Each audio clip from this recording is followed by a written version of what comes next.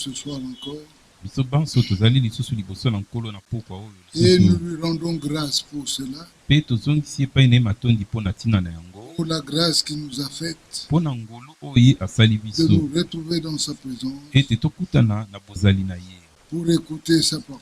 mpo na koyoka liloba na ye. Nous savons tous biso banso toyebi dans quel temps nous sommes et nous vivons. kati na ntango nini tozali mpe Ce tokobika sont des temps qui précèdent eza le nde retour de notre Seigneur Jésus. eza nde batango oyo ekoya liboso ya bozongi ya nkolo na biso yesu Des temps kristo pour lesquels le Seigneur nous a envoyé un message de préparation nkolo oyo mpo ntango oyo mpo na ntina nango nkolo atindeli biso sango moko ya komilengela pour que chacun de nous, par ses paroles, arrive à mettre sa vie en ordre, mpo ete moko na nzela na maloba yango atia bomoi na ye na molongo comme nous le savons. ndenge toyebi yango. Le Seigneur ne viendra pas chercher le nombre ou le ton de brochures qu'on aura lu, nkolo akoya kotuna te motango ya babrochure biso totangaki, mais il a besoin de retrouver dans chaque croyant sa vie kasi aza na bosenga amona kati na mondimi moko na moko bomoi na qu'il ye nous a accordé depuis Golgotha. oyo apesaki biso wuta na golgota. Ainsi ce soir nous nous sentons heureux nde na boye na pokwa oyo tokomimona toza na esengo de nous retrouver dans sa présence ete tokutana na bozali na ye et de pouvoir transmettre les paroles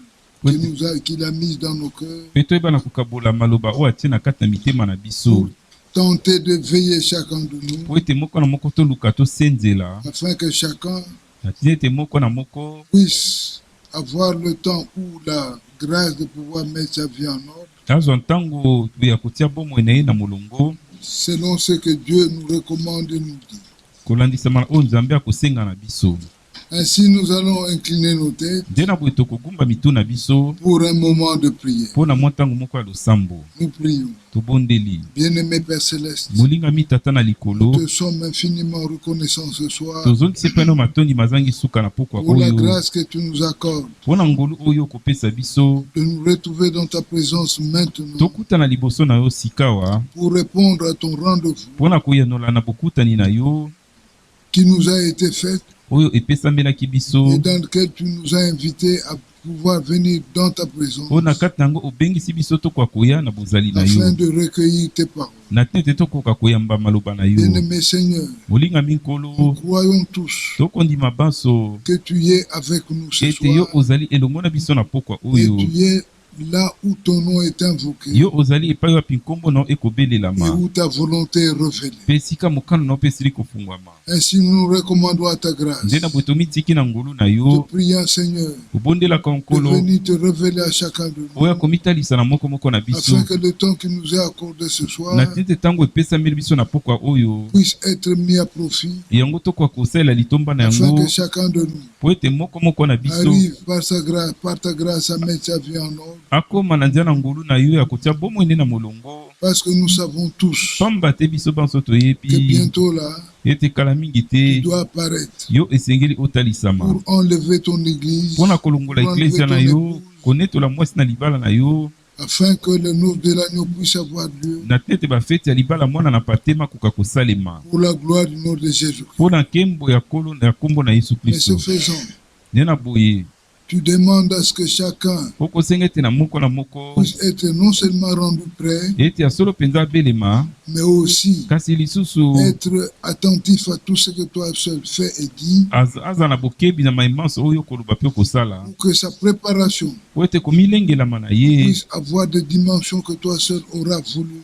ekoka kozala na epimelo oyo yo moko kaka okolinga afin qu'en ce na jour-là, tina ete na mokolo wana il puisse non seulement être rejeté loin de toi, wana kaka te abwakama mosika na yo mais qu'il soit enlevé avec toi. kasi anetolama nde epai na elongo na yo. Bénis nos cultes, pambola losambo na bénis la biso parole que nous écouterons. pambola liloba oyo tokoyoka Accomplis dans le cœur de chacun l'action puissante de l'Esprit kokisa kati na moko mosala ya nguya ya et molimo donne à chacun de nous mpe pesa na moko na la biso grâce de pouvoir traduire ce qu'il aura entendu en acte ngolu ya koyeba na kobongola oyo akoyoka atiango na misala pour que la gloire du nom de Jésus-Christ po ete nkembo ya nkolo na biso yesu kristo puisse toujours être honorée ntango nyonso ezwa lokumu et aussi encensée dans la vie de chacun. mpe ya solo efanda na kati na bomoi ya moko na Tu moko. connais les frères, tu connais les sœurs, oyebi bandeko mibali mpe bandeko tu basi connais tous nos cœurs oyebi mitema na biso banso que nous voudrions te dédier ce soir nde oyo tolingi kobonzela na pokwa oyo pour que toi seul en fasses bon usage, po ete bobele yo moko osalela yango malamu que tu mettes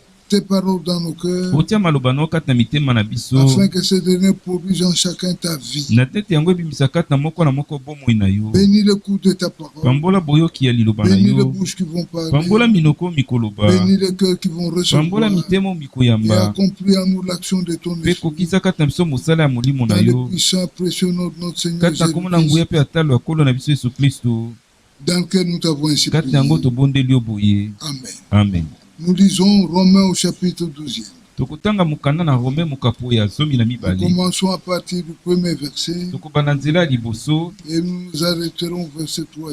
mpe tokosuka na nzela ya misato. L'Écriture dit: likomi koloba, Je vous exhorte donc, frères, nakolendisa na bino bandeko par les compassions de Dieu, na nzela babosawa na nzambe à offrir vos corps comme un sacrifice vivant, ya kobonza banzoto na bino lokola mbeka moko ezali na saint, bomoi, agréable à Dieu, oyo ezali bule mpe kosepelisa ce qui sera de nzambe, votre part un culte raisonnable. oyo ekozala ute epai na bino losambo moko elongo Ne bani. vous conformez pas au siècle boluka présent, te bokokala na ekeke oyo ya lelo, mais soyez transformés par le renouvellement de kasi l'intelligence, bobongwana nde na nzela na kozongisa masika mayele na bino, afin que vous discerniez quelle est la volonté de Dieu, na ntina ete boyeba na kososola nini yango mokano na ce nzambe, qui est bon, agréable et oyo parfait. ezali malamu ekosepelisa ye mpe ekokabe. Par la grâce qui m'a été donnée, na nzela na ngolu oyo epesamelaki je ngai, dis à chacun de vous de n'avoir pas de lui-même une trop haute opinion, nakoloba epai na moko aluka te aza na lolinga komimona ye moko, mais de se revêtir de sentiments modestes, kasi aza na baposa ya komikitisa selon la mesure de foi que Dieu a départie à chacun. kolangisama na epimelo ya kondima oyo nzambe akabola epai na moko. Puisse le Seigneur ajouter des riches bénédictions tika ete kolo bakisa mapamboli à la ebele lecture de sa parole. na botangi ya liloba na ye. Bien-aimés frères et sœurs, balingami bandeko mibali mpe comme nous le basi, découvrons tous, ndenge panso tokomona nous yango, voyons que l'apôtre Paul tokomona ete Thomas Paul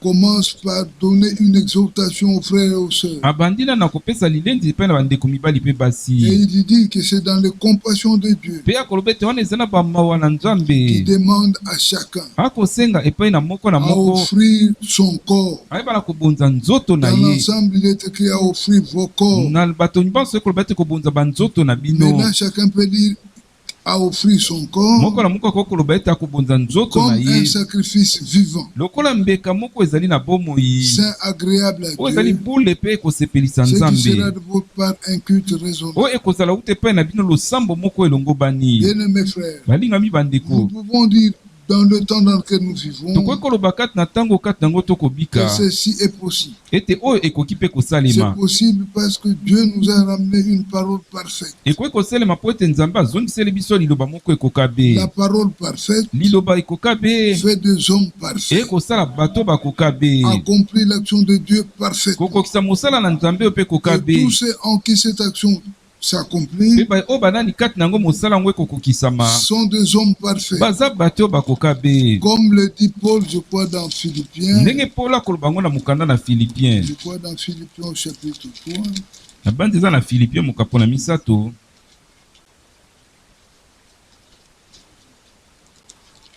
il dit, nous qui sommes parfaits, c'est encore Philippiens 3.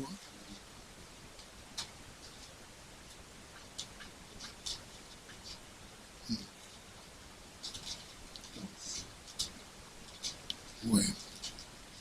Oui, dans Philippiens 3, verset 15e. na Philipien mokapo na misato nzela 15. La Bible dit, nous tous donc qui sommes parfaits. Bible ekoba ete biso na bongo bayebanso toza tokokabe. Paul Polo tire une telle conclusion akosukisa na koloba boye parce qu'il disait en lui-même pamba te ayebi kati na ye que les moko hommes qui reçoivent la parole de Dieu par la foi ete bato bakoyamba liloba na nzambe na nzela na kondima et qui subissent l'action de l'esprit, mpe bakokutana mosala ya molimo, ces hommes-là sont transformés. bato wana babongwanaka, Ces hommes-là deviennent parfaits. bato wana bakomaka bakoki be. Mais selon ce que dit l'Écriture, kasi kolandisama ndenge likomi de ekoloba tels hommes sont des hommes parfaits. bato ya lolengo wana baza bato bakoka be, D'autre part, ngambo ils mosusu attendent la perfection. bakozela nde bokoki be. Nous utilisons le langage biblique. tokosalela elobeli oyo ya Nous biblia, ne nous contredisons pas. tokomitelemela te. Aujourd'hui, nous sommes des hommes parfaits. lelo toza bato bakoka be, Mais d'une part, kasi na ngambo de moko l'autre, na ngambo nous attendons mosusu aussi la perfection. tokozela mpe bokoki be. Bien-aimés frères, balingami c'est bandeko, ainsi que Paul nde na bongo Paul ayant exhorté les hommes dans ce sens-là, wana kolendisaka bato na lolenge wana il nous incite akotindika à biso pouvoir réellement expérimenter cela, tokoka mpenza ya solo kobika yango si pas vivre cela. soki te kozala na bomoi wana. Bien-aimés frères, balingami bandeko, nous étions tous dans le monde, biso banso tozalaki kati na et ça mokili nous le savons. mpe wana toyebi Dans yango le monde, na kati na on mokili ne nous suppliait pas pour vivre la vie du monde.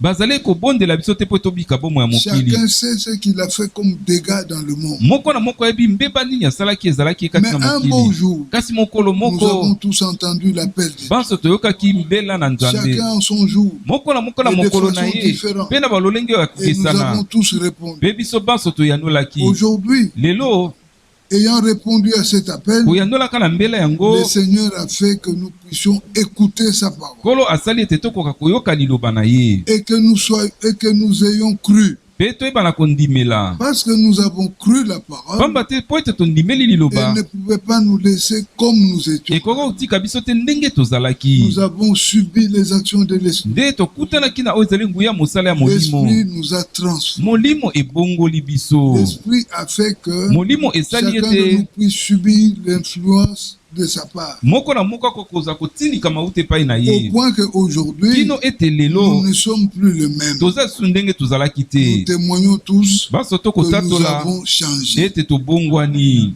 Nous sommes témoins de nous-mêmes. biso moko toza banzeleneki na biso Autrefois, moko. nous étions ceci, kala tozalaki boye, mais aujourd'hui, kasi lelo nous sommes devenus cela. biso tokomi boye. Dans 1 Corinthiens 6, na mokanda liboso ya bakorintien mokapo na motoba likomi ekoloba. 1 Corinthiens 6, mokanda liboso ya bakorintien mokapo na motoba je crois verset...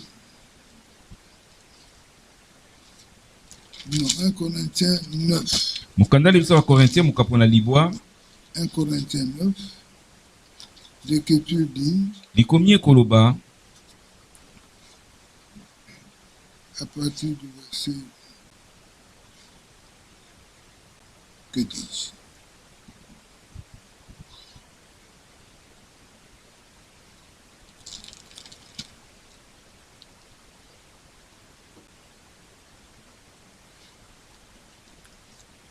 Au verset 24, l'Écriture dit, na nzela tuku mibali na mine likomi ekoloba. 1 Corinthiens 9, verset 24. mokanda liboso ya korintien mokapo na libwa nzela tuku Ne mibali na savez-vous mine. pas que ceux qui courent dans les stades boni boyebi te ete banso bakopota mbango na etando ya lisano, courent tous, banso bakopota mais qu'un seul remporte le prix? kasi obele kaka moko nde akozwa mbano yango. Courez de manière à le remporter. okima na lolenge ya kozwa mbano yango. C'est encore une autre exhortation qui nous a donné. wana lilendisi mosusu ekopesame na biso. Bien, mes frères, balinga ayant mibandeko, répondu à l'appel de Dieu, wana toyanoli na mbela na nzambe, nous sommes aujourd'hui devant le Seigneur. lelo tozali liboso na nkolo Et c'est devant lui mpe eza que nde cette liboso na ye exhortation nous est adressée. nde lilendisi oyo etindameli biso. Il est recommandé à chacun esengami na moko na de moko pouvoir courir akoka kopota mbango de façon à remporter le prix. na lolenge ete akoka kozwa mbano Le yango. prix, c'est quoi? mbano yango nde nini? Le prix, mbano c'est le Seigneur Jésus. eza nde nkolo yesu. Dans Philippiens, na mokanda na Philipien dans Philippiens au chapitre 3e, je crois, na Philipien na bandi mokapo na misato l'Écriture dit, likomi à ekoloba partir du verset 12, kobanda nzela ya zomi na mibale. il dit, ce n'est pas que j'ai déjà remporté le prix abe elingi koloba te ete ngai libela si nasili kozwa mbano ou yango que j'ai déjà atteint la perfection, to si nasili kokoka be, mais je cours kasi nakopota to kokima pour tâcher de les saisir, po ete nakoka kosimba ye, puisque moi aussi po ete ngai mpe lokola j'ai été saisi par Jésus. nasimbamaki na nzela na Yesu Kristo. Jésus Yesu a la finalité de pouvoir nous toucher, nous saisir. aza na suka ya kokoka kosimba biso. Si Jésus nous saisit, soki Yesu asimbi nous biso ne serons plus les mêmes personnes. tokoza susu bato ya lolenge Quand nous moko te. disons que nous ne serons plus les mêmes ntango personnes, tokoloba tokoza susu bato ya lolenge moko te, c'est à tout point de eza nde vue. kati na makambo Il nyonso. faudrait que les gens qui nous ont connus esengeli ete bato bayebaka biso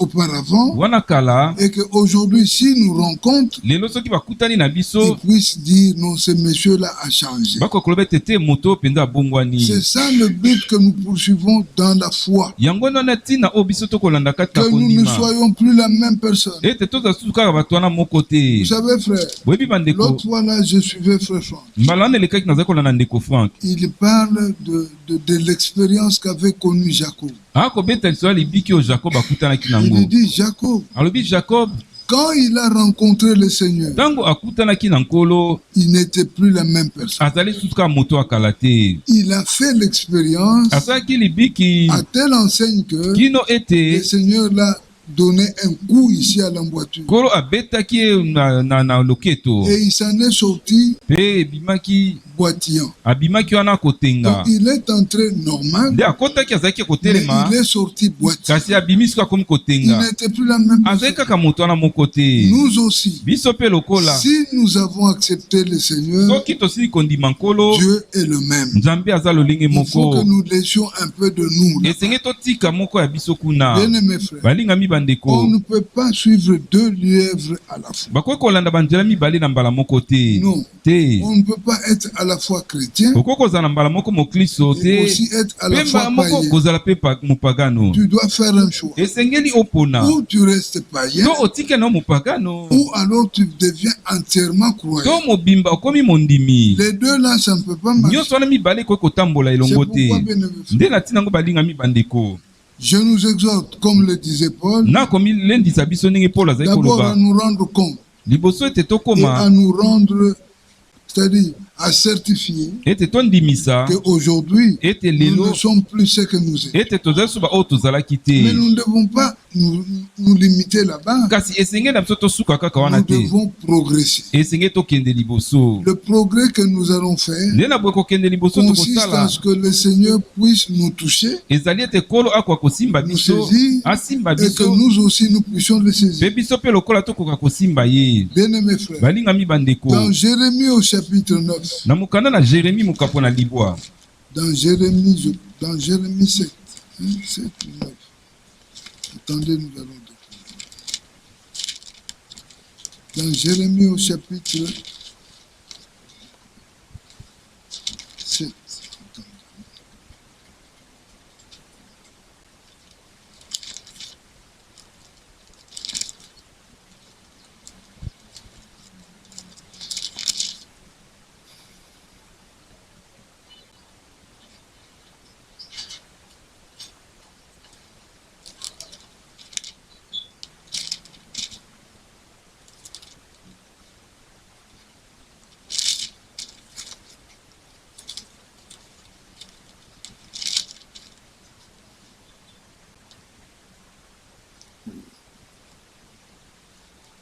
J'ai perdu les yeux, c'est là.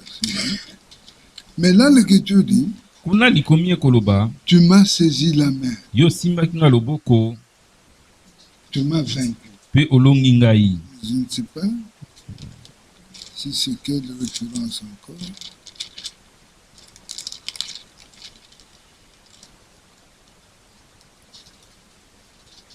C'est celui de Jérémie au chapitre.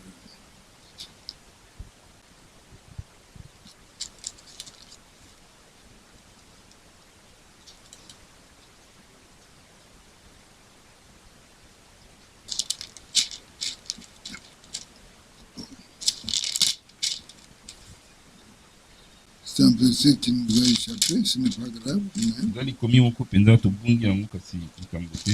Alors là, l'Écriture montre kuna likomi ekolakisa que lorsque le Seigneur met la main sur nous, ntango kola kotia loboko na ye likolo na biso bien-aimés frères, balingami bandeko. au-delà de ce que nous subissons, la transformation, Jérémie 20, verset 7. 20, hein, 20, verset 7. j'ai fait l'inverse. C'est Jérémie 20. Au verset 7, l'Écriture dit, Jérémi mokapo atuku mibale nzela ya sambo likomi tu m'as ekoloba, persuadé, Seigneur, yo osukisi ngai nkolo et je me suis laissé persuader. natiki ete nasukisama. Tu m'as saisi, yo osimbaki ngai tu m'as vaincu. yo olongi ngai. Quand le Seigneur arrive à saisir un homme, ntango nkolo akomi na makoki ya kosimba nous moto, savons que l'homme a été saisi par le Seigneur toyebi ete moto asimbami epai na nkolo par le fait que ce monsieur-là ne doit pas rester le même. mpo ete moto yango akoki kotikala olingi azalaki Quand te. est-ce qu'un homme peut être vaincu? Ntango kani moto akoki kolongama, C'est lorsque ce monsieur-là marchait dans une direction, eza ntango moto wana azali kotambola na nzela moko wana le ngambo Seigneur moko, l'ayant saisi, nkolo kosimbaka ye, il lui fait connaître sa volonté. atalisi ye mokano na ye. Alors la personne, Nde na bongo moto yango ayant compris, reçu l'instruction du wana Seigneur, kososolaka mpe oyo ezali malakisi na nkolo, change de direction. abongoli nzela azali C'est kolanda. comme si Eza lokola il allait tout droit. azali kokende tutu kaka liboso Lorsque boye. le Seigneur lui révèle sa Ntango nkolo volonté, atalisi ye mokano na il se ye, détourne nde et il abaluki change de voie. mpe abongoli nzela. Bien-aimés frères et balingami sœurs, bandeko mibali mpe basi, bientôt là, le Seigneur apparaît. kala mingi te nkolo akomitalisa, Le Seigneur revient. nkolo Il akozonga, revient pour confirmer la promesse de Jean 14. akoya mpona kondimisa elaka ya Jean mokapo azomi na Dans Jean nini. 14, nous savons Kuna toyebi na Jean 14 qu'il nous a laissé un message ete en disant, atikelaki biso sango je moko na m'en vais koloba, vous préparer une place. nakei kobongisela bino esika. C'est une place qu'il est allé nous préparer. Eza esika moko akei kobongisela biso, Préparer à qui? Préparer pour chacun de croyants. kobongisa mpona banani, mpona moko na bandimi. Au moins où nous aurons l'occasion ce jour-là Kuna tokozwa libaku mokolo wana de pouvoir avoir un domaine propre à nous. ete tokokozwa lopango oyo mpenza ya biso Et moko, nous ne rendons compte à personne. wana tokosamba liboso na moto Mais te. pour en arriver là, Kasi mpona kokóma kuna il faut que le Seigneur soit certain de ce que nous sommes. esengeli te kola sukisama na oyo biso tozali. Bien-aimés frères, balingami bandeko, Paul dit mpola koloba dans Romains, là où nous avons lu, na Rome esika totangaki, écoutez, il Boyoka. dit quelque chose de très important. akoloba eloko moko mpenza motuya, Il dit, akoloba je vous exhorte donc, frères, nakolelisa bino bandeko par les compassions de Dieu, na nzela bamawa na à nzambe offrir. ya kobonza. C'est-à-dire que nos corps doivent être offerts eliko ete banzoto na biso esengeli ebonzama comme sacrifice. lokola mbeka. Mais quel sacrifice? Kasi mbeka C'est un nini? sacrifice qui est saint. mbeka moko oyo ezali bule, C'est-à-dire séparé de tout ce, eliko ete kaboni na mbindo nyonso, séparé de tout ce qui peut l'altérer. kokabona na oyo nyonso ekoki kobebisa yango. Saint. Bule, Nous sommes saints parce que lui est saint. tozali bule pamba te ye mpo azali bule. Et aussi ce sacrifice-là Pe lisusu mbeka doit yango être agréable à Dieu. esengeli mpe esepelisa nzambe. Qu'est-ce qui peut être agréable à eloko Dieu nini ekoki kosepelisa nzambe sinon sa parole? soki bobelekaka te liloba na ye? L'homme se rend agréable au Seigneur moto asepelisaka nkolo lorsque cet homme-là se met à écouter chacune des paroles du Seigneur. ntango moto wana akomipesa na koyokaka moko na maloba na nkolo. Bien-aimés frères, balingami le bandeko, Seigneur ayant ramené la parole en ce temps nkolo kozongisaka liloba na ntango oyo, et aussi mpe nous lisusu l'ayant donné, kopesaka biso yango, il croit que akondima nous sommes de ceux qui croiront. ete tozali baoyo tokondimelaka liloba C'est yango. pourquoi, bien-aimés frères, nde yango balingami bandeko, quelle que soit la dureté de la parole, ata liloba yango eza makasi ndenge nini, quelle que soit la nature de cette parole, ata ko liloba yango eza ndenge nini, mais aussi longtemps qu'elle est la parole kasi na de ntango Dieu, wana eza kaka liloba na nzambe, ayons en nous cet esprit tozala kati na Ou biso cette molimo wana, pensée to likanisi que wana Dieu ne peut pas nous vouloir du mal. ete nzambe akoki koluka mabe na biso Tu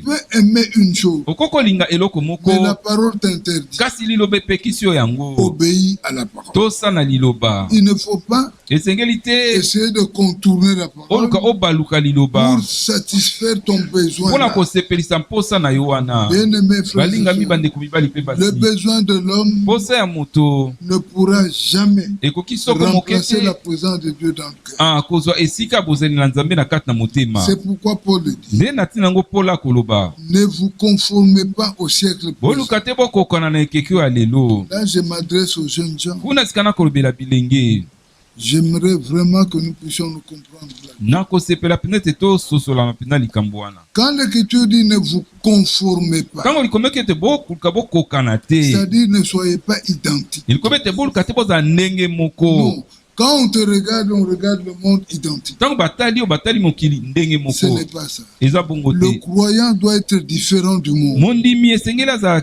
akesani na mokili. Si tu as accepté Jésus-Christ, soki ondimi yesu kristo accepte aussi les conséquences, c'est là, amen.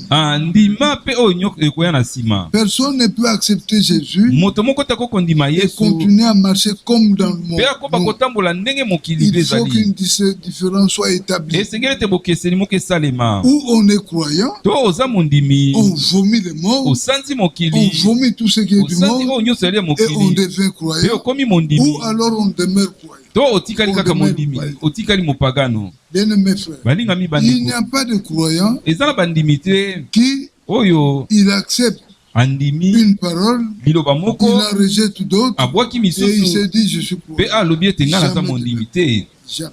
te. Le croyant avale tout, mondimi amelaka tout nyonso ce qui est de la parole. nyonso oyo ezali ya liloba na Même si nzambe cela va à l'encontre de ses sentiments, ata soki yango ekotelemela baposa oyo de na ses ye désirs. mpe na Mais baposa na ye aussi longtemps motema que cela demeure et reste la parole de kasi na Dieu, ntango na yango ekotikala liloba na nzambe il s'incline. ye akogumbama na ye. Pourquoi? mpo na nini? Parce qu'il se dit, pamba te c'est cette akomilobela parole qui m'a fait. liloba oyo nde C'est esalaki cette ngai parole qui m'a créé. liloba oyo nde Ce que ekelaki je ngai tends à être, oyo c'est nakoluka cette parole kozala qui sait me le faire. liloba nde ekosala yango. Alors, bien mes frères, balingami nous bandeko devons avoir présent notre esprit esenge tozala mpena na makanisi na que biso nous avons affaire à Dieu et à sa parole. ete toza nde liboso na nzambe mpe na liloba na ye. Alors le verset 2 de Romains 12 dit, nde na bonzela mibale ya rome zomi na mibale mais soyez koloba transformés par le renouvellement de l'intelligence. kasi bobongwana na nzela kozongisa masika ya mayele na Dans la bino. Bible allemande, c'est écrit, na kati na ndimbola balama ekomi soyez nés de nouveau. ete bobotama mbala na sika. Il n'y a que la parole qui transforme l'intelligence. eza kaka liloba nde ebongolaka mayele ya Et il n'y moto a que la parole mpe eza nde kaka liloba qui fait que l'homme puisse naître de nouveau. ekosala ete moto akoka kobotama mbala na sika. Si, soki bien mes frères, balingami nous bandeko sommes nés de nouveau, tobotami mbala na sika, regarde ce que dit Pierre. tala oyo pierre Nous akoloba. sommes dans un Pierre, toza na mokanda liboso ya pierre non, je crois dans deux Pierre. Hein? ebandi za mokanda mibale Deux Pierre. ya pierre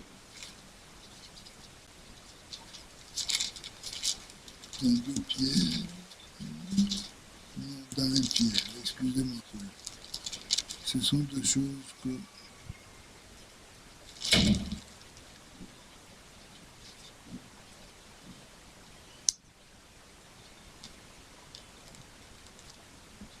Oui, dans un Pierre 1, na mokanda liboso ya pierre mokapo ya liboso au verset 18, na nzela ya zomi na mwambe la Bible dit, biblia ekoloba sachant que ce n'est pas par de choses périssables, nakoyebaki ete eza na biloko epolaka te par de l'argent ou de l'or, na nzela na palata to wolo que vous avez été rachetés de la vaine manière de vivre que vous aviez hérité de nos pères, de vos pères. nde bino bosila ekosikola mauta na lolenge ya mapamba ya kobika bozwaki ute epai na batata na bino. Oui, mais c'est par le sang précieux de Christ, kasi eza nde na nzela makila na talo na kristo comme d'un agneau sans défaut et sans tache, lokola mwana na pate moko azanga mbeba to azanga litono prédestiné avant la fondation du oyo monde abongisami yambo liboso mokili ekwa kosalema et manifesté à la fin de temps à cause de vous, atalisami na suka na bantango na ntina na bino qui par lui croyait en Dieu, oyo na nzela na ye bino bokondimela kati na et qu'elle nzambe l'a ressuscité de mort ye wapi asili ekosekwisa ye na kati na et bawa lui a donné la gloire, mpe asili ekopesa ye en nkembo sorte que votre foi na tete ekondima na et bino votre espérance mpe elikya na bino repose sur lui.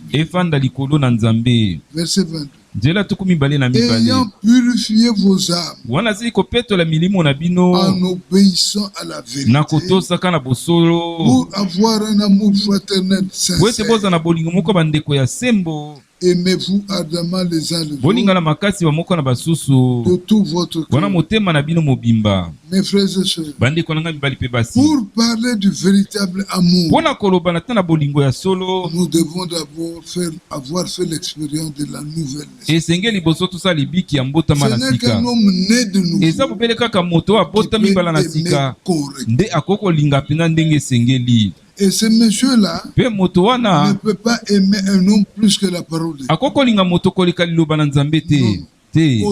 Au départ, il aime la parole, liboso nano alingaka liloba puisque la parole lui fait des recommandations à l'égard de son frère. po ete liloba ekopesa ye bitindo wana litina na Il ndeko na va ye aimer son frère. ye akolinga ndeko na ye. Alors l'Écriture ajoute, nde na bongo likomi ekobakisa puisque vous avez été régénérés, po ete bosili kozongisama sika, puisque vous avez été nés de nouveau, po ete bosili kobotama mbala na sika, non par une semence corruptible, wana te na nzela momboto moko mais epolaka, par une semence kasi na incorruptible, momboto oyo epolaka te, par la parole vivante na nzela na liloba eza na bomoi et permanente. mpe ya ntango nyonso ya Nzambe. C'est la parole qui produit tout ça. Eza nde liloba nde kobimisa nyonso wana. Bien mes frères. Balingami bandeko, Alors l'écriture ajoute, nde na bongo likomi ebakisi, car toute chair est comme l'herbe, pamba te mosuni nyonso ya lokola et toute lititi, chaque voix comme la fleur de mpe l'herbe. nkembo nango nyonso lokola fololo ya lititi. L'herbe sèche Lititi ekokauka et la fleur tombe. mpe fololo ekokweya, Mais la parole du Seigneur demeure éternelle. kasi liloba na nkolo ekoumela libela na libela. Et cette parole Mpe liloba yango est celle qui vous a été annoncée par l'évangile. ezali nde oyo eteyamelaki bino na nzela na sango malamu. Puisque c'est l'évangile, Po ete eza nde sango malamu, alors nous le croyons. nde na bongo C'est tokondimela ainsi, yango. bien mes frères. Nde na boye balingami bandeko, Quand nous croyons la parole, ntango nous tokondimela devons la liloba, croire comme avait dit esengi Job. tondimela yango ndenge Job Dans alobaki Job 23, na mokanda na Job mokapo ya 23. l'Écriture dit, likomi ekoloba, dans Job 23, Job mokapo ya 23, l'Écriture dit, likomi ekoloba à partir du verset 7, kobana nzela ya sambo, Job 23, verset 7, ce serait un homme droit ekozala moto moko alima qui plaiderait avec lui, yo akolela to akosamba elongo na et je ye, serai pour toujours absous par mon juge. mpe ntango nyonso bakoyeba na kotika ngai na nzela na mosambisi na Mais ngai. si je vais à l'Orient, Kasi soki nake na ngambo moi mobimaka, il n'y est pas. ye azali te. Si je vais à l'Occident, Soki nake na ngambo moi je ne le ekotaka, trouve pas. ngai nakomona ye te. Est-il occupé au nord? Boni ye azwi aza Je ne kosambaka puis le kuna ya voir. likolo, nakoki komona ye Se te. cache-t-il au midi? Boni abombali kuna na Je ne se, puis le soko découvrir. moke te nakoki koyeba Il yango. sait néanmoins quelle voie je suis. Ata kobongo ayebi nzela nini ngai nalandaki. Et s'il m'éprouvait, Mpe soki ameki je ngai, sortirais pur comme ngai de l'eau. nakobima peto lokola wolo. Mon pied s'est attaché à ses pas. Lokolo na ngai ekangami na matambe na ye. J'ai gardé sa voie Nabatelaki nzela na et je ye, m'en suis point mpe détourné. nakendeki mosika na yango te. Je n'ai pas abandonné le commandement de ses lèvres. Ngai nasundolaki mibeko ya mibebo na ye te. J'ai fait plier ma volonté Nasili kogumba mokano na ngai aux paroles de sa bouche. na maloba ya monoko na ye. Ce monsieur s'est dit, Moto amilobelaki, l'homme ne vit pas de pain seulement, moto abikaka kaka na lipa te, mais de toute parole qui sort de la bouche. kasi na liloba nyonso ebimaka uta na monoko na Bien Nzambe. mes frères, Balingami dans la bandeko, bouche de Dieu, il n'y a que la vérité. na monoko na Nzambe eza kaka na bosolo. Et nous sommes sanctifiés par la vérité. Mpe biso tobulisami na nzela na bosolo. C'est pourquoi, mon frère, Nde natina yango ndeko na ngai, c'est pourquoi, ma soeur, ndeko na ngai mobali mpe ya mwasi, ayons du respect pour la parole. tozala na limemia mpo na liloba. Si nous lisons l'écriture là, Soki tokotanga likomi oyo, disons-nous, tomilobela et c'est ete Dieu que je tiens sous forme des écritures. eza nde Nzambe nde nakomona na lokola makomi. Le respect que tu peux avoir Limemia oyo kokozala nango pour le Seigneur, mpo na nkolo, bien-aimés frères, balingami c'est le bandeko, même respect que tu dois avoir devant des écritures. eza nde kaka limemia moko esengeli ozala nango liboso Tu na dois te makomi. dire Esengeli omilobela que Dieu est sa parole. ete Nzambe aza nde liloba na Entre ye. Dieu et la parole, il n'y a pas de différence. Kati na Nzambe na liloba na ye bokeseni ezali te. Dieu est la parole. Nzambe aza nde liloba. Alors, bien-aimés frères, Nde na boye balingami bandeko, Paul Paul nous exhorte à cela akolendisa biso na yango, parce qu'il sait pamba te que ayebi c'est par la parole ete eza nde na nzela na que liloba ceci peut nous être rendu possible. nde likambo oyo nde ekoki kosalema. Bien-aimés frères, Balingami on ne peut bandeko, pas demander à un incroyant bakoki kosenga na moto andimeli de te pouvoir produire la vie de Dieu. ete abimisa bomoi na Nzambe. Soko moke C'est te impossible. ekoki kosalema Ça ne te, peut jamais arriver. ekoki kokoma te. Mais l'écriture Kasi peut likomi l'imposer aux croyants ekoki kosenga yango epai na parce qu'il bandimi, sait pamba te que le yebi croyant, ete mondimi, l'homme né de nouveau, moto abotami mbala na la sika, parole de Dieu n'est pas pénible. liloba na Nzambe eza makasi te mpo na ye. C'est que la parole lui Oyo recommande, liloba ekosenga na ye, il est à mesure de le faire. aza na makoki ya kosala yango. Regardez, Botala, nous sommes dans Ésaïe 26. toza na mokanda na Ezayi mokapo ya 22 na motoba. Dans Ésaïe 26, Na Ezayi 22 na motoba, l'Écriture nous dit à partir du verset 12, likomi ekoyebisa biso kobanda nzela 12. dans l'Écriture dit, Kuna likomi ekoloba, Seigneur, tu nous donnes la paix. Kolo kopesa biso kimia. La paix n'est expérimentée que par de cœurs nés de nouveau. Kimia ebikama obele kaka na mitema oyo ebotami Ici, mbala na on ne sika. parle pas de la paix en tant que manque de bruit de guerre. Non. Bakoloba na biso kimia te na ndenge oyo ya bimakela bitumba. Mais la paix, c'est une expérience que vit un cœur régénéré. Kasi kimia ezane libiki o motemo ezongisa misika ebikaka. Tu peux ne pas avoir mangé Okoko ozana olie pete. ou manquer à manger. To ozangi eloko ya Mais tu n'es kolia. pas troublé. Kasi otungisami Il te. y a la paix du cœur. Ozana kimia kati na motema. Et c'est de cette paix-là Pe ezane na kimia dont wana. l'Écriture parle dans Matthieu 5. Oyo likomi ekoloba na Matthieu mokapo na Dans mitano. Matthieu 5, Na là, Matthieu na mokapo na mitano. l'Écriture dit à partir du verset 9, Likomi ekoloba koba na nzela ya libwa. heureux ceux qui procurent la paix, Esengo na bo bakopesa kimia. car ils seront appelés fils de Dieu. Pamba te bakobiangama bana na nzambe. Un fils de Dieu est porteur de paix. Mwana na nzambe aza momemi kimia. Le fils de Dieu ne laisse pas du trouble. Mwana na nzambe batikaka mobulu te na Non, nsima non. te. Le fils de Dieu, partout où il passe, Mwana na nzambe esika nyonso il akoleka est non seulement porteur de paix, wana kaka ata aza momemi kimia. mais il est aussi celui qui exale la paix. Azali mpe oyo akomema kimia Dans sa présence, na liboso na ye. il aime Alingaka que tout se passe dans de bonnes, dans de bonnes façons. ete makambo nyonso esalama na lolenge ya Parce qu'en malamu. tant que croyants, Pamba te lokola mondimi nous pouvons créer une bonne atmosphère. tokoki kokela mpenza lolenge moko ya kitoko Tel que nous sommes là, ndenge tozali wana. si nous sommes tous épris de paix, Soki biso banso toza na kimia il va régner un climat de paix. nde na boye mpe kimia moko ekozala. Pourquoi? Parce que tous nous aspirons à la paix. Pamba te mpo na nini po ete biso banso tokoluka Et vous kimia. verrez que les gens qui vont entrer ici bokomona ete bato bakokota awa seront non seulement captivés par notre façon d'être, wana bakobenda makaka na lolenge ya biso ya kozala. mais ils auront aussi envie Kasi bakozala mpe na posa de devenir comme nous. ete bakoma ndenge moko na biso. C'est pourquoi, bien mes Nde frères, na ntina yango balingami il est bandeko important un peu lui. eza na motuya mpenza mpe Que na chacun litomba de nous ete moko moko na arrive à biso faire l'expérience qu'avait faite Nicodème. asala libiki oyo nikodeme asalaki. C'est ça l'expérience de la nouvelle vie. yango wana nde libiki ya kobotama mbala na sika. Nicodème, nikodeme en tant qu'homme, n'avait pas compris. wana lokola moto asosolaki Mais comme te. le Seigneur comprend toujours, Kasi lokola nkolo asosolaka ntango nyonso malamu il avait compris là où se trouvait Nicodème. nde akomaki esika nini nikodeme Parce que azalaki. Nicodème parlait d'une naissance naturelle. pamba te nikodeme azali koloba na kobotama na lolenge ya bomoto ya Il a mokili. pensé que pour être de nouveau, akatiaki ete mpo na kobotama il mbala na fallait qu'il sika entre encore dans le sein de sa mère. esengeli te zonga lisu na libuma wana epa botama Mais Jésus lisusu. lui a dit non. Kasi yesu ayebisi ete La nouvelle naissance, kobotama mbala na c'est sika que tu dois naître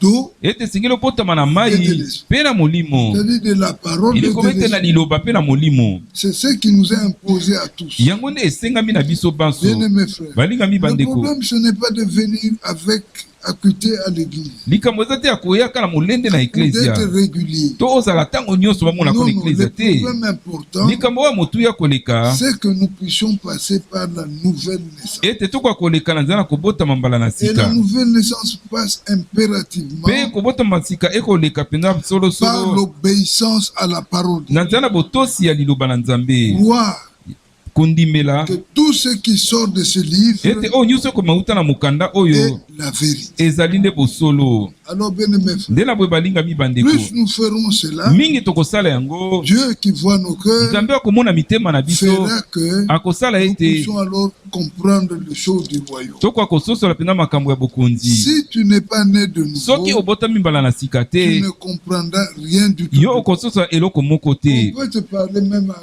à 0 mètre. bakoki kolobela mpenza ata pembeni Ça mpenza sera comme du charabia. ekozala obelekaka malobo ezangi ntina. C'est pourquoi, mes frères, nde na bongo bandeko que chacun de nous, parce que l'heure n'est plus, ya solo po te ngonga eza lisusu il n'y a te plus le temps. ntango eza nango lisusu te Pour rentrer là-bas, mpo na kokɔta kuna il faut non seulement naître de esengeli nouveau, kaka te kobotama mbala na mais sika aussi passer par l'expérience du baptême de l'Esprit. kasi lisusu koleka na libiki ya libatisi ya molimo. Le baptême de l'Esprit aujourd'hui, libatisi ya molimo lelo les gens en ont fait je ne sais pas si c'est un mystère ou un mythe. Je ne bato sais pas. bakomi songo toyebi te soki libombami moko toyebi te soki nini. Mais quand nous lisons dans la Bible, kasi ntango tokotanga na dans biblia 1 Corinthiens 10, na mokanda liboso ya korintien mokapo na là nous nous zomi rendons compte kuna tokomona que ete Pierre était devant les païens.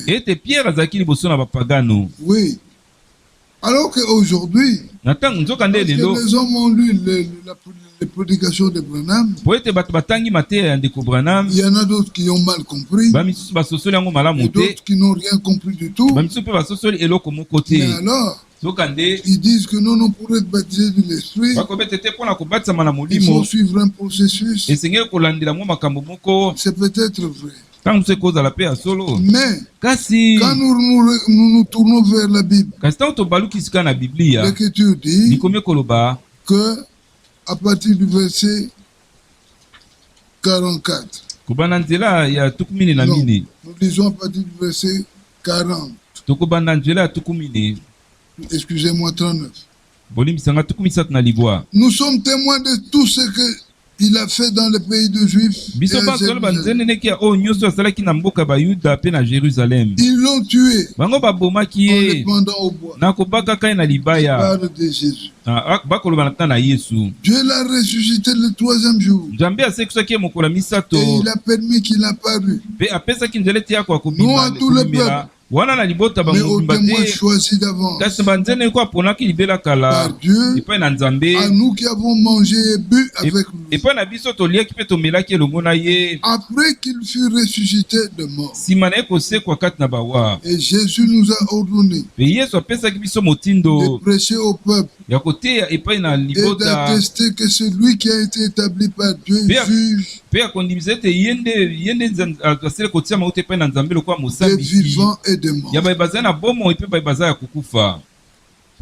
La Bible dit, Biblia ekoloba nous comparaîtrons tous devant le tribunal biso banso tokotsamba liboso na esambiselo na Nzambe, et nous aurons pour juge Jésus. mpe mosambisi na biso ekozala nde Yesu. Jésus connaît tout. Yesu ayebi nyonso. Écoutez alors, Boyoka na le bongo verset 43. nzela tuku mine na misato, Tous les prophètes rendent de lui le témoignage basakoli banso bakopesa euta ntina na ye que litatoli quiconque croit en ete lui oyo kani akondimela kati na ye reçoit par son nom akoyamba uta na nzela na le nkombo na ye pardon des péchés. bolimbisi ya masumu.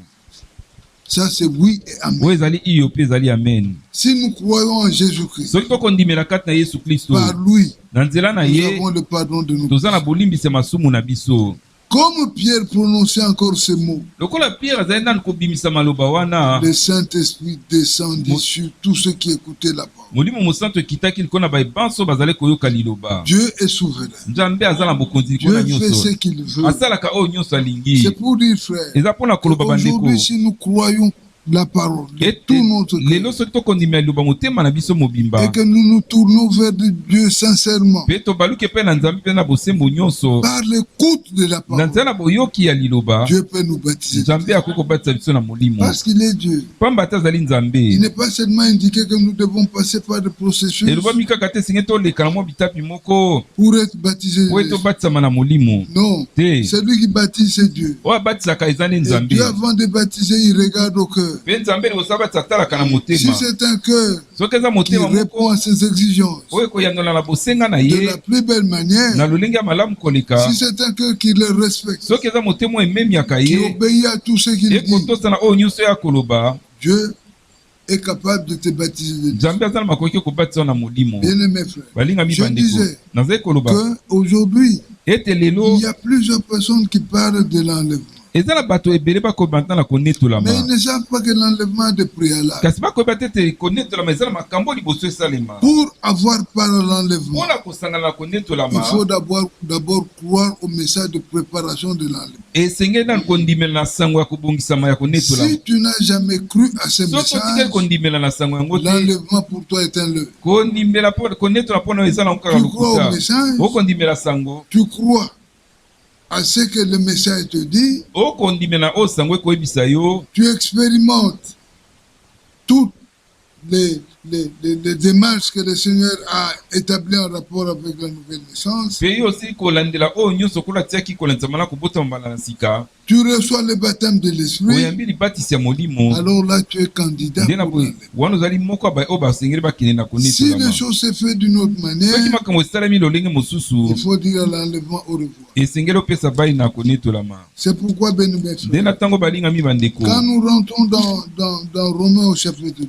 ntango tozongi na Rome mokapo azomi ya mibale, là l'Écriture nous dit, kuna likomi ekoyebisa biso dans Romains au chapitre 12, Romain mokapo ya zomi na mibale. Le verset 3, Nzela misato l'Écriture nous dit, ikomi koyebisa biso non, d'abord au verset 2, liboso na nzela mibale a été transformé par le renouvellement de l'intelligence, oyeba na kobongola na nzela na kozongisa masika mayele afin que vous discerniez quelle est la volonté de Dieu, na tina ete boyeba na kososola nini mokano na ce nzambe qui est bon, oyo ezali malamu agréable oyo et parfait. kosepelisa ye mpe oyo ekoka be Ça, ce n'est que la volonté de Dieu qui peut oyo ezali bobele kaka mokano na nzambe nde ekoki arriver à préciser ça dans le cœur de l'homme. nde kotalisa yango kati na motema na moto Ce qui est agréable oyo ekosepelisa et ye parfait, mpe ekoka be ce n'est que la parole. eza bobele kaka liloba. Bien-aimés frères, balingami si un bandeko homme s'est rangé du côté de la parole, soki moto asi kotia na kotelema na ngambo ya liloba qu'il croit et andimeli qu'il sache to qu'il ayeba est à côté de Dieu, ete aza pembeni na qu'il est nzambe avec Jésus-Christ. ete aza elongo na yesu Jésus qui kristo prend soin de lui. yesu kristo akokipe Comme ye Jésus veille sur sa lokola parole, yesu akosenza likolo na liloba na ye assurément Jésus veille sur lui. solosolo yesu akosenza likolo na yo. Le verset 3. nzela misato Par la grâce qui m'a été donnée. na nzela na ngolu oyo epesamelaki ngai Paul, ce n'était pas n'importe qui. paul azalaki moto pamba te C'était un apôtre.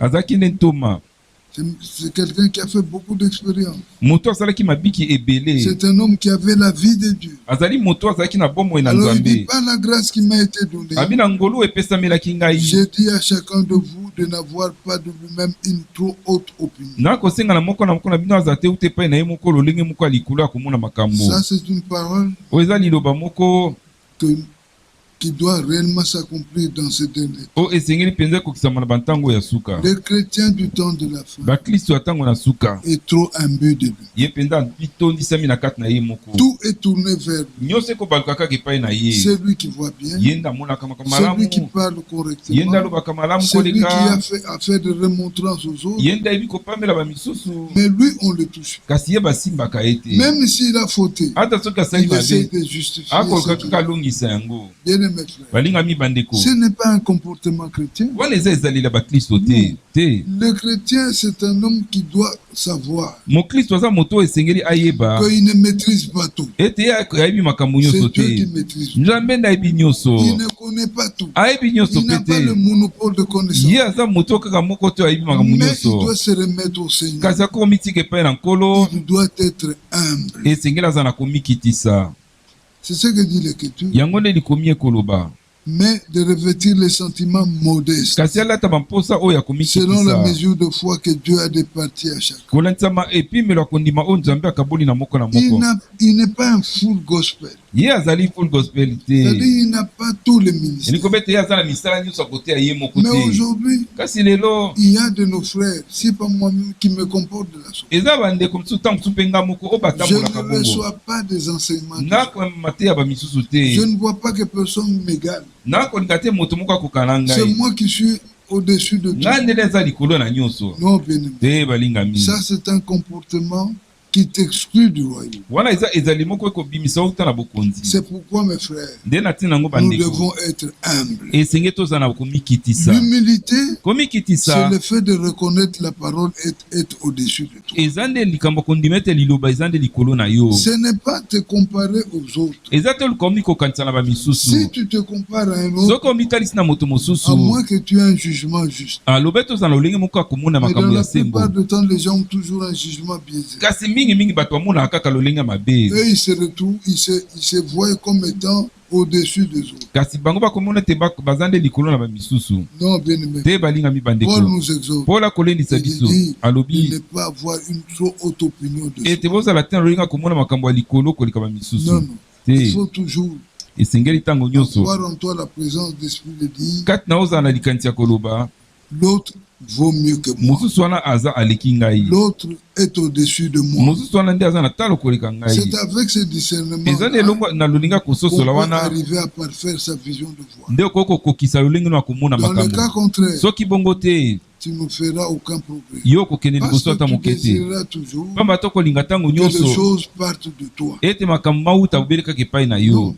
te Alors que toi, tu n'as pas une compréhension correcte. nzoka nde oza na bososolo ya malamu koleka Tu te négliges d'autres ministères. yo komona pamba misala miso ya koteya Tu n'es que égal à toi-même. yo oza kaka okomona okokani kaka Pour na que yo la moko chose soit juste, il faut qu'elle vienne de toi. po te likambo eza solo euta kaka pa na yo Si ça vient de quelqu'un d'autre, c'est faux. soki euti mpa moto mosusu eke eza lokuta Non. te Bien-aimés frères, balingami bandeko si nous sommes dans ce cas-là, soki tozali na lolenge wana l'Écriture nous exhorte likomi ekolendisa à biso pouvoir sortir. tokoka kobima C'est une fausse position. eza etelemelo moko ya mabe Ce n'est pas un bon comportement. eza ezaleli ya malamu te Dans l'Écriture ici, kati na likomi oyo awa je ne sais pas si je... La Bible dit, biblia ekoloba il faut que tu puisses regarder les autres comme étant au-dessus de toi. esengeli omona bamisusu lokola ete baza likolo na yo Oui, parce que tu n'es rien. pamba toza na eloko moko Tu te n'as même pas de place dans le royaume en ayant un tel comportement. oza ata na esika moko te na bokonzi na kozalaka na ezaleli ya lolenge wana Bien, mes frères. balingami Mais ce bandeko que tu dois dire kasi oyo esengeli oloba est que Ezali ete je ne suis rien. nga nazalanga eloko Je ne te suis qu'un instrument inutile. nazalanga eloko ya mosala moko ya pamba Parce que nous n'avons même pas besoin de toi. pamba te toza kuta ata na bosenga na yo te Nous avons besoin du Dieu vivant. biso toza na bosenga ya nzambe oyo aza na Nous avons bomoi besoin de ce grand Dieu toza na bosenga ya nzambe wana qui monene connaît à merveille les problèmes de oyo ça. ayebi malamu mpenza likambo moko na Non seulement moko qu'il le connaisse, wana kaka te mais ayebi qui yango peut aussi résoudre ça. kasi akoki mpe kopesa eyano na makambo yango Oui, bien mes ya frères. solo balingami Nous bandeko terminons par Ésaïe 40. tokosisela na ezayi tuku Dans mine Ésaïe 40, na ezayi tuku mine l'Écriture dit, likomi ekoloba dans Ésaïe 40, l'Écriture dit, na ezayi tuku mine likomi ekoloba consolez, consolez mon peuple, bobondisa libota na ngai dit votre Dieu. nde nzambe na bino akoloba Parlez au cœur de Jérusalem lobeya motema na yerusalema et criez-lui mpe ganga kati epai na que sa ye servitude est finie, ete bowumbu na ye que son esili iniquité est expiée, ete lisumu ne na nkoma asili qu'elle a kolongolama reçu de la main du ete Seigneur asili kozwa uta loboko na au nkolo double de tout na lolenge ce. mibale ya masumu na ye nyonso Le temps dans lequel nous vivons ntango ici, kati nango tokobika awa c'est un temps qui nécessite la consolation de la part de Dieu. eza ntango oyo ekosenga libondi uta epai na nzambe Vous savez, frère, boyebi bandeko une consolation, libondi c'est un réconfort, eza nde kopesa makasi c'est un soulagement. eza nde kokitisa motema Le soulagement qui provient d'une personne vers une autre. oyo kouta epai na moto mosusu eke epai na moto très mosusu souvent, mpe mingimingi C'est un réconfort eza nde kopesa makasi qui fait que oyo kosala ete la personne qui le reçoit moto oyo akoyamba yango va trouver satisfaction. akosepela La difficulté dans laquelle s'est trouvé mikakatano kati yango azalaki na yango sera éteinte. yango ekobomama C'est ça ce qu'on appelle réconfort. yango wana nde bakobenga kopesa Et une makasi telle situation mpe likambo ya lolenge ne wana peut que nous provenir de Dieu. ekoki bobele koutela biso Ce epai n'est na que Dieu qui nzambe nous console. kaka nzambe nde akobondisa biso Regardez, nous sommes dans Isaïe au chapitre 49. botala toza na ezayi tuku mine na Dans libwa Isaïe 49, ezayi tuku mine na libwa l'Écriture dit là-bas, likomi ekoloba kuna Isaïe 49, le verset 13, ezayi tuku mine na libwa nzela zomi na la misato Bible dit, biblia ekoloba cieux réjouissez-vous, balola bosepela terre soit dans l'allégresse, mabele bozala na kati na sai montagne éclatée de cris de joie. bangomba boyulisa bantango wana esengo Pourquoi? mpo na nini Car le Seigneur console son peuple. pamba te nkolo akobondisa libota na Lorsque ye le Seigneur console, ntango nkolo akobondisa il faut qu'il y ait de la joie. esengeli esengo Parce ezala que tout le monde là sera réellement réconforté. pamba te moto nyonso akozwa makasi Dans Isaïe 51, na ezayi tuku mitano na au moko verset 12, na nzela ya zomi na la mibale Bible dit, biblia ekoloba c'est moi, eza nde ngai c'est moi eza ngai qui vous console. nde akobondisa bino C'est Dieu qui nous console. nzambe nde akobondisa biso Dans Isaïe 52, ezayi tuku mitano na mibale au verset 9, l'Écriture dit, na nzela ya libwa likomi ekoloba éclatez ensemble en cris de joie, nde na boyebolisa elongo bantango wana esengo ruine de oyo Jérusalem. ezali kokweyisama Une yerusalema ruine, oyo babengi c'est-à-dire, kokweyisama ce sont des débris. eza nde mwa biteni ya biloko Mais ekweyisami Dieu dit, kasi nzambe akoloba il demande à ces ruines de akosenga na pouvoir biteni oyo ekweyikwei ya yerusalema éclater de joie. bayulisa ntango wana esengo Pourquoi? mpo na nini Parce que le Seigneur console son peuple. pamba te nkolo akobondisa libota na ye Bien, mes frères, balingami bandeko pour nous aujourd'hui, mpo na biso lelo qui vivons ce temps de la fin, oyo tokobika ntango ya suka le Seigneur sait pourquoi il va nous consoler. nkolo ayebi mpo na nini akobondisa biso Quand l'homme est tombé dans le péché, ntango moto akwesamaki na lisumu au jardin d'Éden, na elanga na le Eden, Seigneur avait trouvé une consolation. Nkolo azwaki libondi Il moko. avait dit dans Genèse au chapitre 3, Alobaki na Genèse mokapo na misato, dans Genèse au chapitre 3, na Genèse mokapo na misato, l'Écriture dit, likomi ekoloba,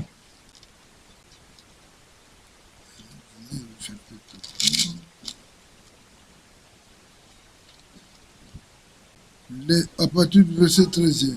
kobana nzela zomi na misato. Et le Seigneur dit à la femme, Pe Nkolo alobi na mwasi, pourquoi as-tu fait cela? pona nini osali La boye? femme répondit, Mwasi le ayanoli, serpent m'a séduit.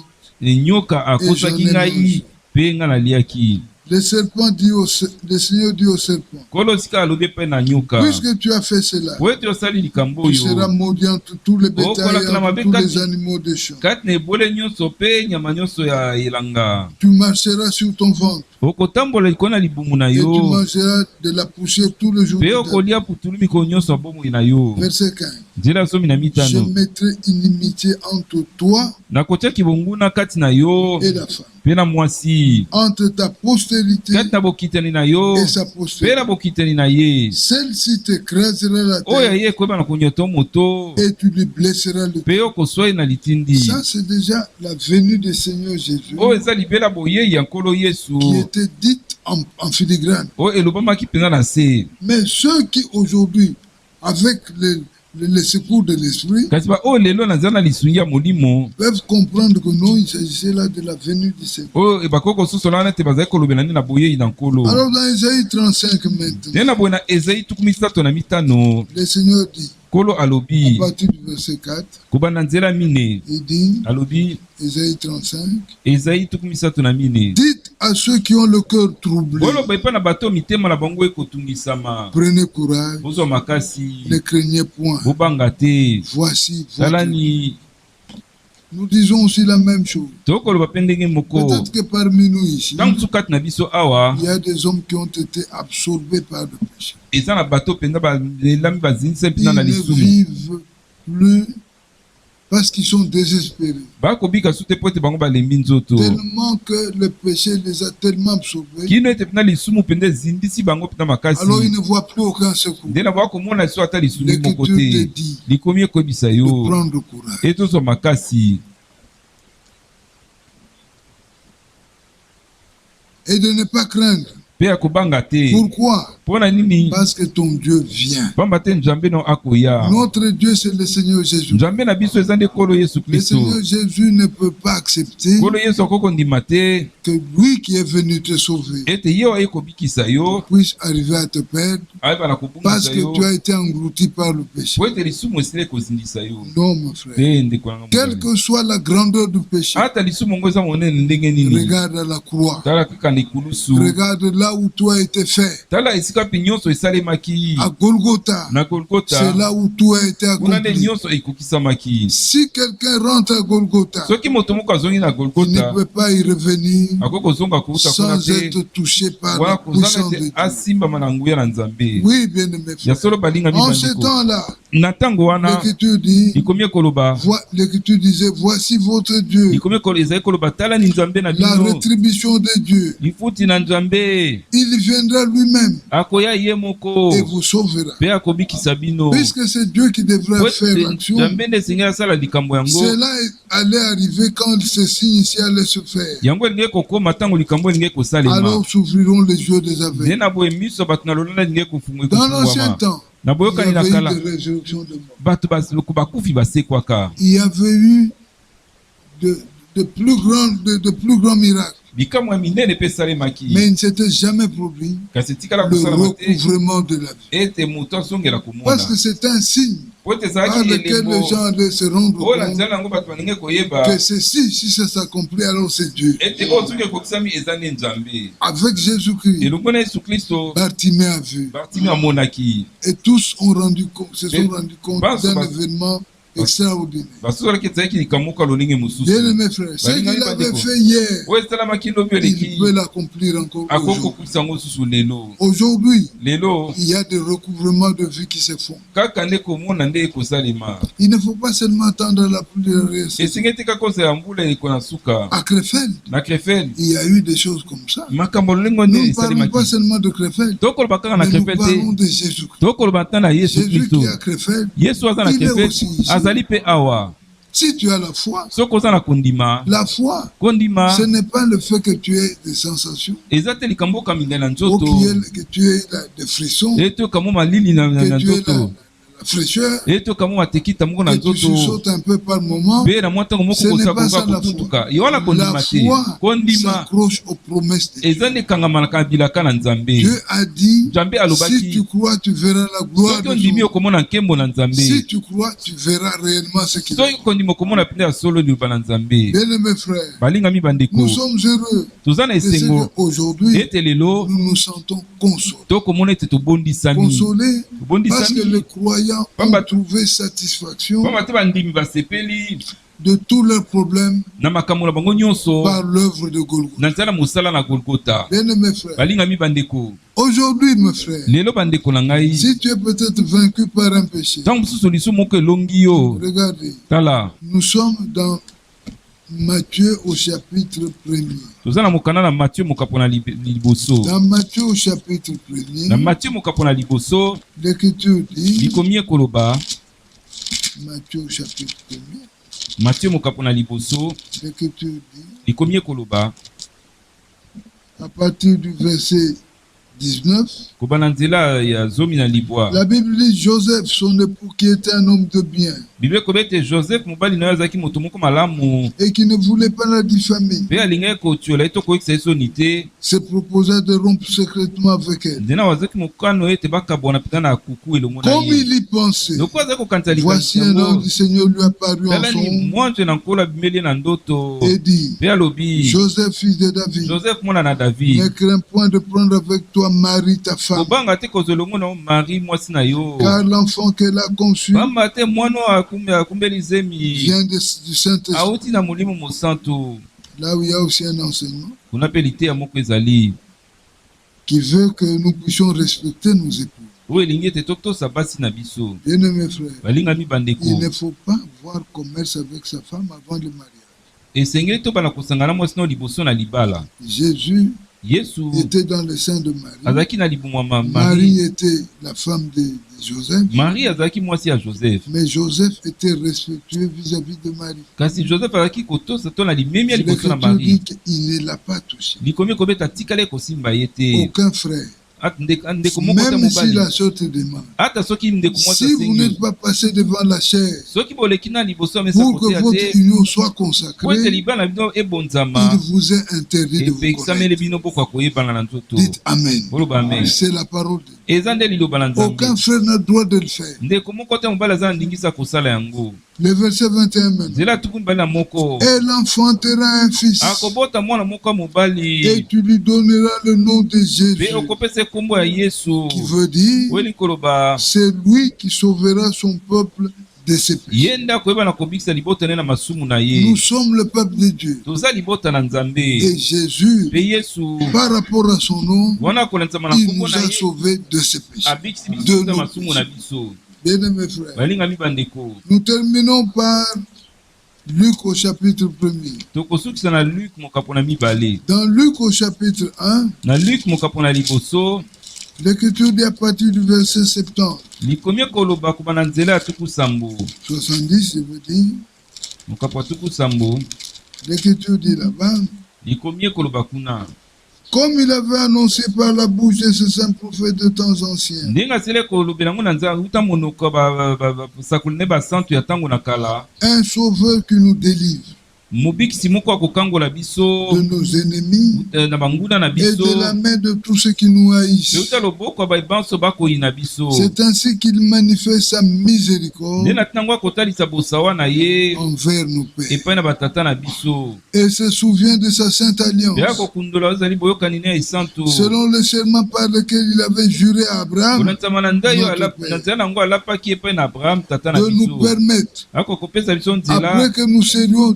délivrés ete nsima na biso toyebana kokangolama de la main de nos uta ennemis, loboko ya banguna na biso de les servir sans toyebana crainte. kosala ye kobanga eloko moko te Bien-aimés frères et sœurs, balingami bandeko mbali mpe on ne basi sert pas Dieu basalaka nzambe te étant dominé par d'autres esprits. wana okonzambi na milimo mosusu Pour servir Dieu, mpona kosalela nzambe il faut être clean. esengeli kozala mpenza Il faut avoir peto accompli la délivrance. esengeli oyebana kokisa Il faut que le kokangolama Seigneur t'ait délivré. esengeli ete kolo oyebana kokangola yo Délivré de tout. na nyonso Oui, ya solo parce que c'est à ce pamba te moment-là eza nde na ntango wana que tu verras la gloire du nde Seigneur. okomona nkembo na nkolo Excusez-moi, j'ajoute un verset. C'est olimbisanga na bakisa likomi dans moko Isaïe 26. ezai tuku mibale na motoba Dans Isaïe 26, là nous terminons par là. tokosukisa nde kuna L'Écriture dit, likomi ekoloba au verset 12, na nzela zomi na mibale Seigneur, tu nous donnes la paix, kolo okopesa biso kimia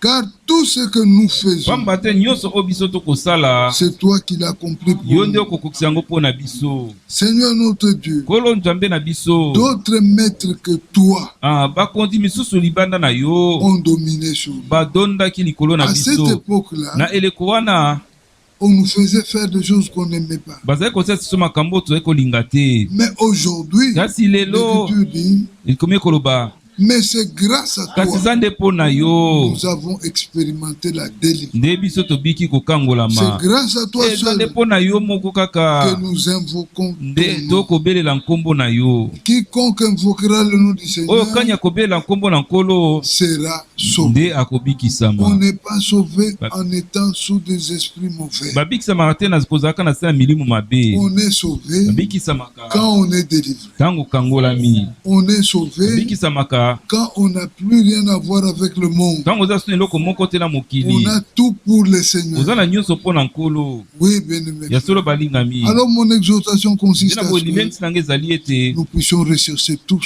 soko akoluka biso banso la délivrance. oyo ezali kokangolama Si nous avons encore sur nous des esprits qui nous conduisent dans de mauvaises choses, soki tozala na milimo ekotambwisa biso na makambo mabe soyons consolés. nde Ne tobondisama perdons pas courage. tolemba nzoto te Croyons et sachons tondima mpe qu'il y a toyeba un qui nous a promis eza na moko alakaki la biso consolation. libondi Et la consolation mpe libondi passe inéluctablement ekoleka mpenza sukasuka par un réconfort moral na nzela na kozwa makasi mpe na et makanisi par la délivrance. mpe na kokangolama Que le Seigneur nous bénisse. kolo tous. apambola biso banso Nous allons prier. tokosambela Père bien-aimé, tata molingami nous avons parlé de la part du Seigneur en Tout. ces mots.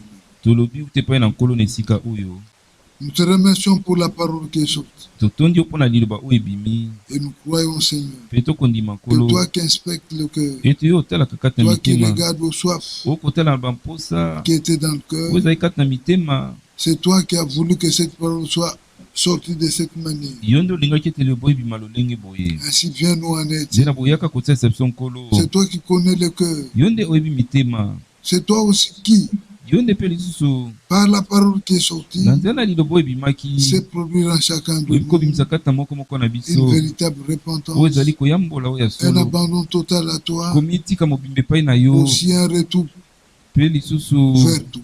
ozongi epai na yo Seigneur, accomplis nkolo par ta kokisa na parole nzela na liloba na yo tout ce que toi seul avais voulu. oyo nyonso yo moko olingaki Merci de manifester ta vie, matondi mpo na koteza mais bomoi na aussi yo ton secours mpe lisungi na dans yo tous les cœurs qui sont coupables. kati na mitema nyonso eza na ngambo Seigneur, ce n'est pas pour condamner, nkolo eza te mpo na kokatela etumbu mais c'est pour donner à chacun kasi eza nde mpo na kopesa na moko de pouvoir prendre conscience akoka koyeba mpenza na bomoto na du ye temps dans lequel nous vivons. ntango kati nango Parce tokobika que l'Écriture nous dit pamba te likomi ekoyisa que c'est biso le temps de nous réveiller en eza fin du ntango ya sommeil. kolamuka sukasuka na Parce que le mpongi salut est plus pamba te profond lobiko komi pembe na que biso lorsque nous avons. koleka na ntango tondimeli Père Céleste, tata na lola tu connais tes enfants. oyebi bana na yo Viens à leur aide, à leur secours. yaka kosalisa bango Accomplis dans le cœur de chacun kokisa kati na motema ya moko na moko tout ce qui t'est agréable. oyo nyonso ekosepelisa yo Seigneur, nous avons été suivis par tout le monde. kolo bato nyonso balandi biso Ainsi, nous te demandons nde na boye tokosenga que yo dans le cœur où tu as vu ete na kati na mitema oyo qu'il omoni y a un ça ne va pas, ete likambo kotambola te viens à son secours. yaka kosunga Viens le relever yaka kotelemisa et ye accomplir en lui okokisa kati na une ye action puissante mosala moko ya de telle nguya manière na lolenge que le ete retour vers toi ete bozonga epai na yo puisse se réaliser.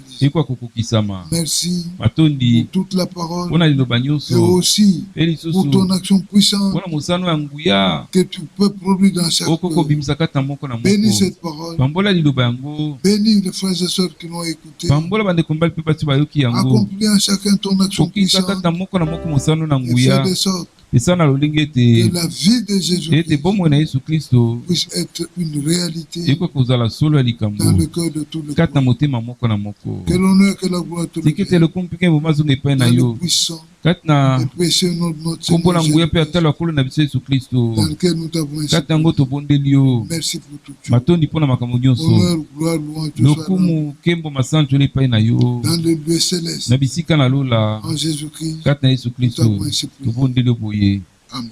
amen